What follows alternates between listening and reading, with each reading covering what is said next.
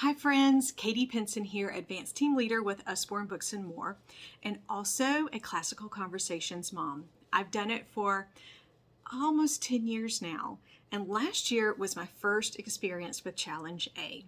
So I want to show you some of the resources that I used and some of the ones that I might use this coming year for Challenge B.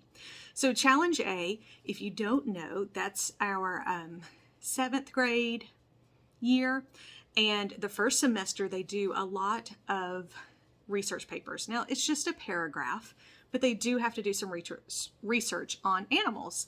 This book was extremely helpful. We use this for almost every paper as one of our sources. This World of Animals book is just like our encyclopedias, but it's smaller and it's that wonderful flexi binding. It is a 2-page spread, you can see, with gorgeous pictures. I love that it's organized by region or area of the world. Like this is the Sonoran Desert.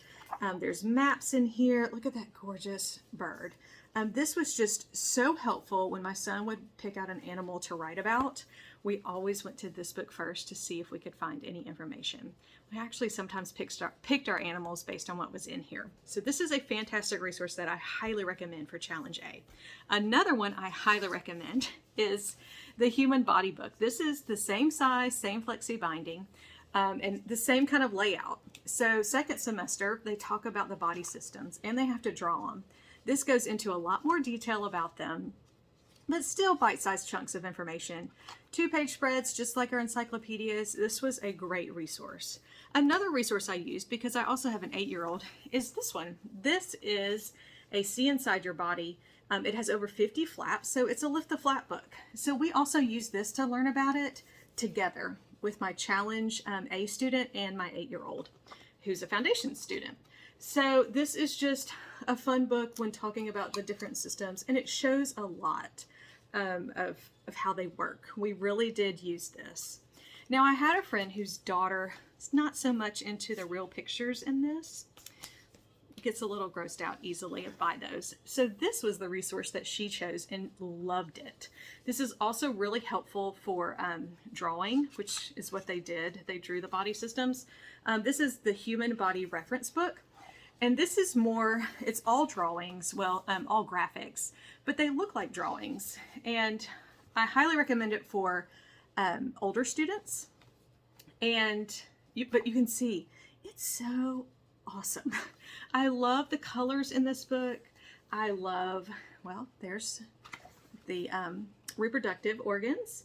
It has facts and records. This is just a great resource as well. So if your child is not so keen on looking at real pictures, this is definitely the way to go.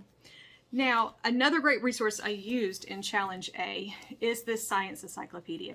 And I've been told that it's a great resource for Challenge B as well. I mean, you can't go wrong with the Science Encyclopedia.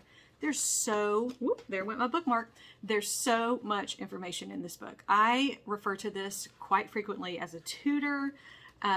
It's just a wonderful, wonderful resource. You can see all of the information. Look, so great. So I use this in Challenge A. I use this as a foundations tutor. I've been told I'll use this in Challenge B. That's next year, so don't know exactly what is in store, but I do know that second semester we do a little bit of the periodic table.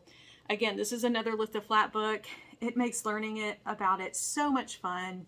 I love how it splits up the periodic table. Like these are the hard, shiny metals. These are elements that fizz and bang.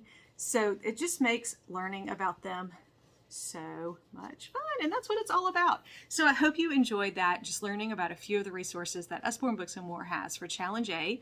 I definitely use those. I'm not steering you wrong.